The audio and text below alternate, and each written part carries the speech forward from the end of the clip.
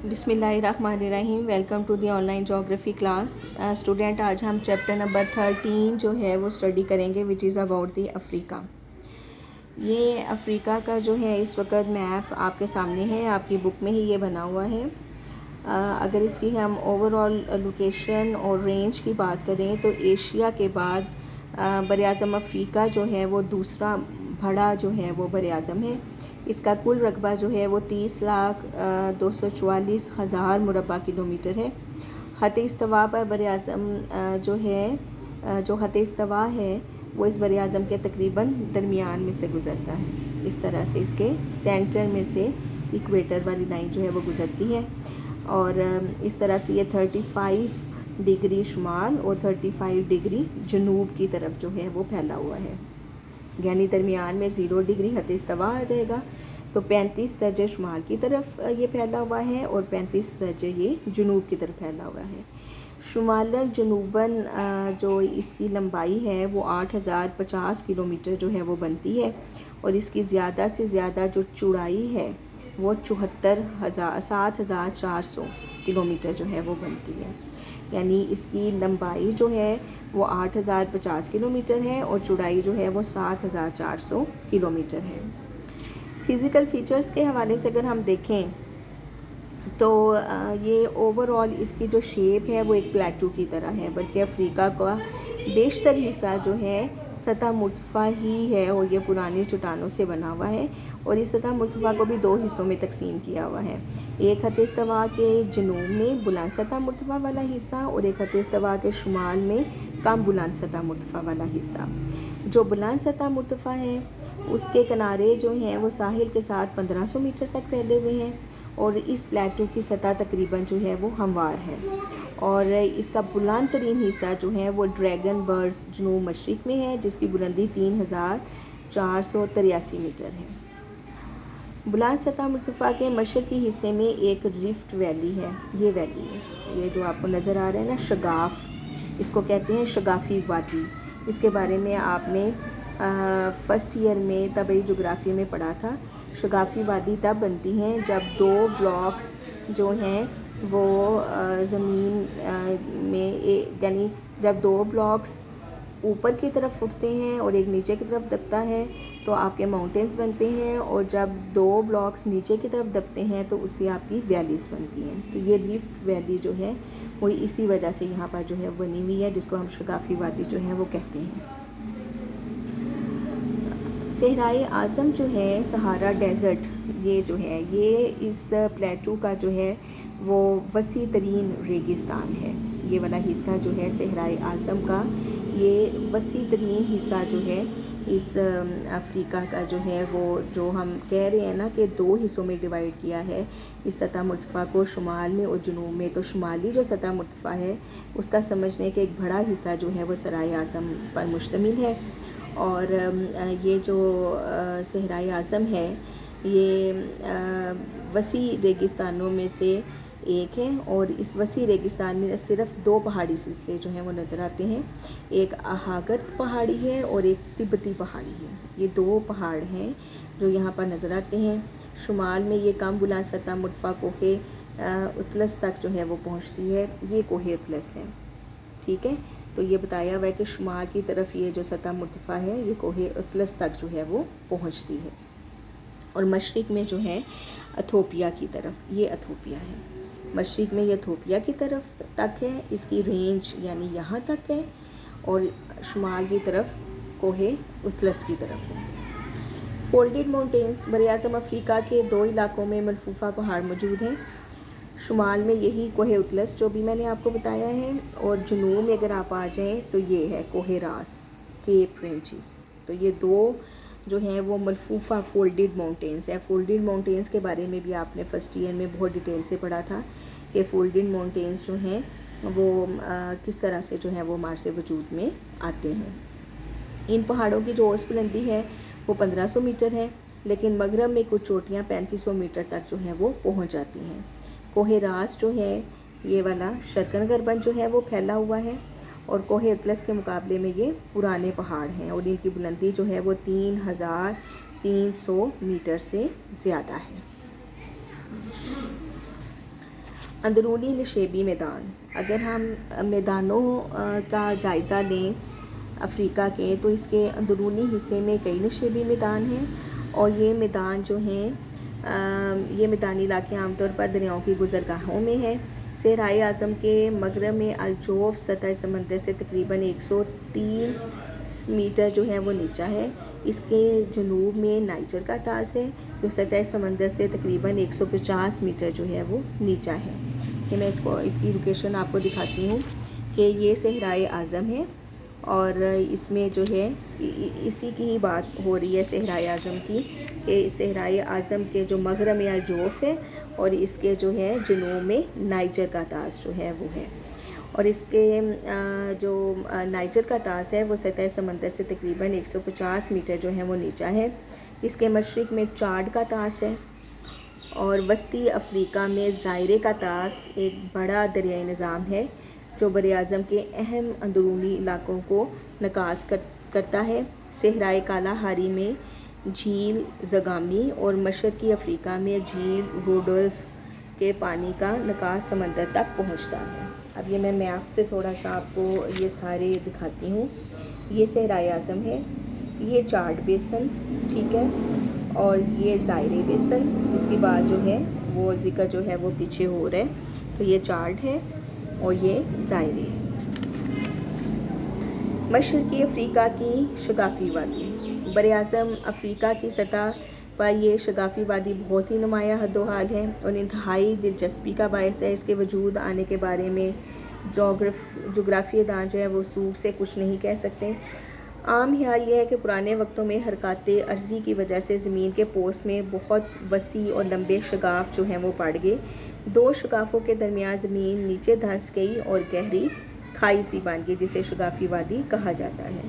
ये जो अभी मैंने आपको डेफिनेशन शुरू में बताई थी, आपने फ़र्स्ट ईयर में भी ये पढ़ी हुई है कि जब दो शगाफ़ों के दरमियान ज़मीन नीचे धंस जाए तो उसको शगाफ़ी वादी कहते हैं और जब दो शगाफ़ों के दरमियान वाली ज़मीन बुलंद हो जाए तो उसे फिर पहाड़ मार्ग से वजूद में आते हैं।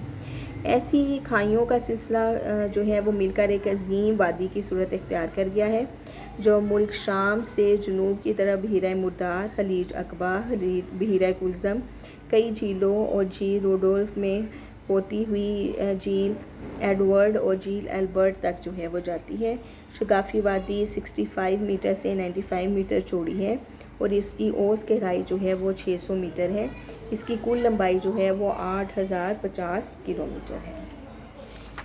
ये देखें, ये मैप में भी आपके मैप में जो ये साइंस बने हुए हैं इस तरह के, तो ये शगाफ़ी वादी को शो कर रहे हैं। और अगर मैप में आप देखें तो ये सारी लोकेशन यहाँ तक जो है वो शगाफ़ी वादी की जो है वो दिखाई गई है। अफ़्रीका के दरिया जी, बर-ए-आज़म अफ़्रीका के 5 बड़े दरियाई निज़ाम हैं। ये बड़े दरिया जो हैं, जो 5 हैं, उनके नाम हैं। एक तो सबसे पहले दरिया नील है, ज़ायरे है, नाइजर, ज़म्बेज़ी और ऑरेंज। ये 5 दरिया हैं जो कि अपनी गुज़रगाह में बहुत सी लंबी जो हैं वो इनकी गुज़रगाह है और इसमें ये बहुत सी आबशारें जो हैं नाइजर और ज़म्बेज़ी जो हैं वो बनाते हैं। आबशारों के बारे में भी जो है वो आपने फ़र्स्ट ईयर में पढ़ा है कि जब दरिया के पानी के रास्ते में कोई रुकावट आ जाती है तो दरिया उस रुकावट के दरिया का पानी उस रुकावट के ऊपर से जो है वो गुज़रता है तो उससे आबशारें जो हैं वो बनती हैं। और दरियाए नाइजर और दरियाए ज़म्बेज़ी की इस तरह से जो आबशारें बन जाती हैं, इससे जहाज़ रानी जो है वो नहीं हो सकती। अलबत्ता जहाँ कहीं दो आबशारों के दरमियान फासला ज़्यादा है वहाँ पर फिर मुकामी तौर पर जहाज़ रानी हो जाती है। अफ़्रीका के कुछ दरियाओं की अहमियत ज़राअत की वजह से भी बहुत है। बर-ए-आज़म अफ़्रीका का 1/3 हिस्सा जो है वो खुश्क है। यहाँ सालाना बारिश की मिक़दार 250 मिलीमीटर से भी कम है।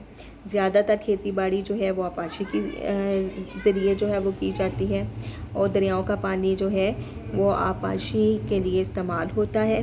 दरियाई नील जो है इसमें ख़ास तौर पर काबिल ज़िक्र है। इसे मिस्र का तोहफ़ा भी कहते हैं क्योंकि मिस्र की मईशत का इन्हिसार जो है वो दरियाई नील के पानी पर है। इसके बाद वादी नील आ जाती है, नाइल वैली। तो दरियाए नील जो है वो दुनिया का सबसे बड़ा और मशहूर दरिया है। ये खत इस्तवा के नज़दीक झील विक्टोरिया से निकलता है और शुमाल की तरफ सूडान और मिस्र में बहता हुआ बहीरा रूम में जाकर गिर जाता है। इस दरिया की लंबाई जो है वो 6,670 जो है वो किलोमीटर है।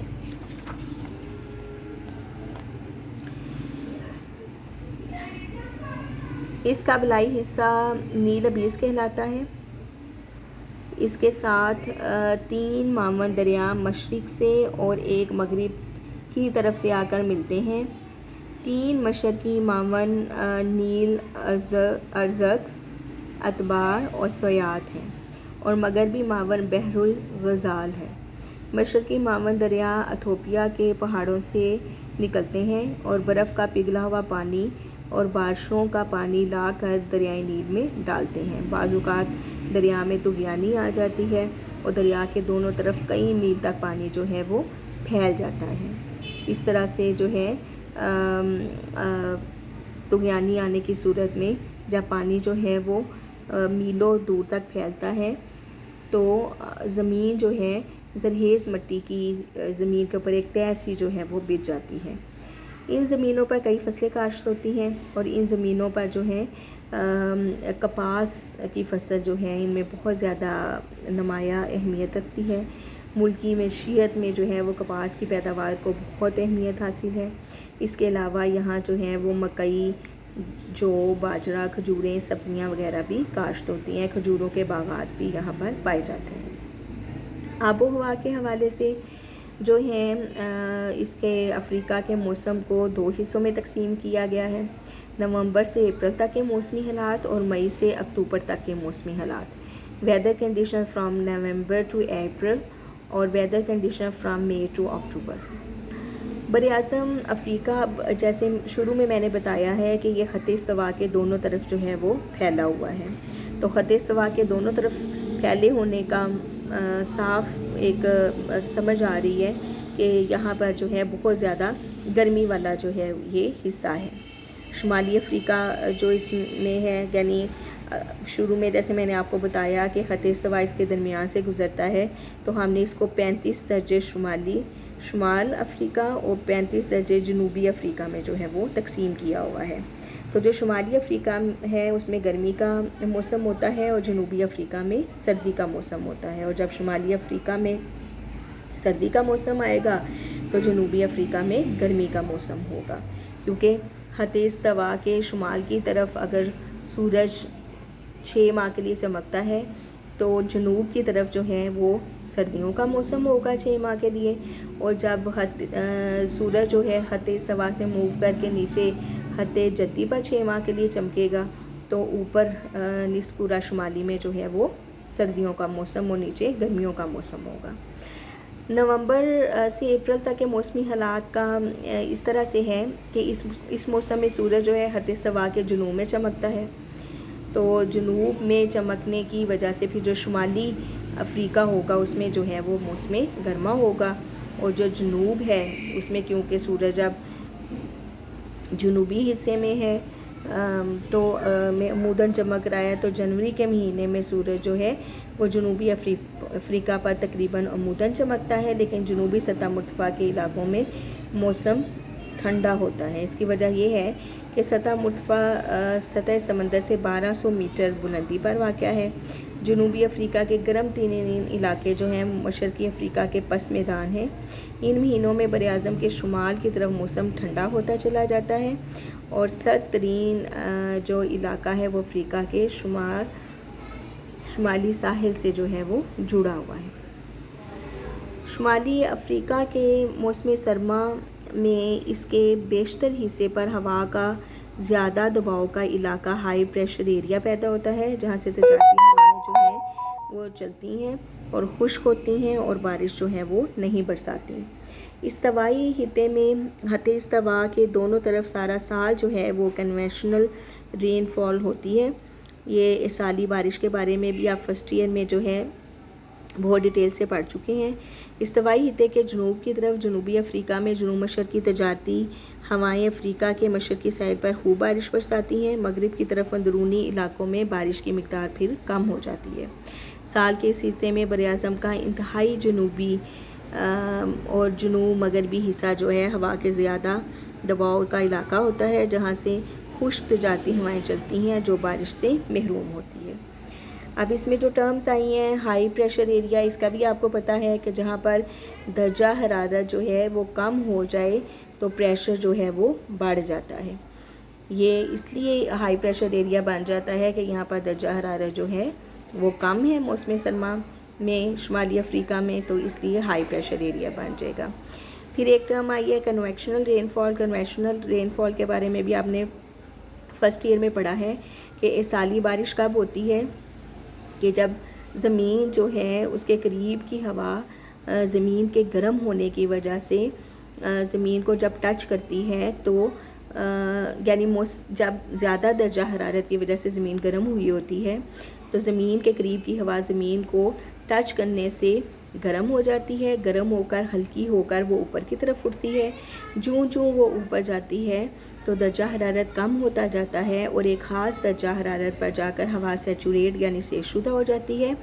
और सेशुदा होने के बाद उसमें एक प्रोसेस होता है जिसको कंडेंसेशन प्रोसेस कहते हैं, जिसके नतीजे में क्लाउड्स बनते हैं और उनसे फिर बारिश होती है। इस तरह से होने वाली बारिश को हम इस साली बारिश या कन्वेंशनल रेन कहते हैं। और इस तरह से जो हवा ज़मीन को टच करके गर्म होकर ऊपर की तरफ उठती है हल्की होकर, तो उस हवा को हम इस साली रो या कन्वेक्शनल करंट कहते हैं। इसके बाद आ जाता है मई से अक्टूबर तक के मौसमी हालात। इस मौसम में जो शुमाली अफ्रीका में जो है वो ख़त्ते सरतान पर सूरज जो है वो मुदन चमकता है, तो सहराई आज़म जो है वो फिर बहुत गर्म इलाका जो है वो बन जाता है। बर-ए-आज़म के जनूब की तरफ दर्जा हरारत कम होता जाता है। शुमाली अफ्रीका का बेशतर इलाका खुश्क है क्योंकि यहाँ खुश्क तजारती हवाएँ चलती हैं।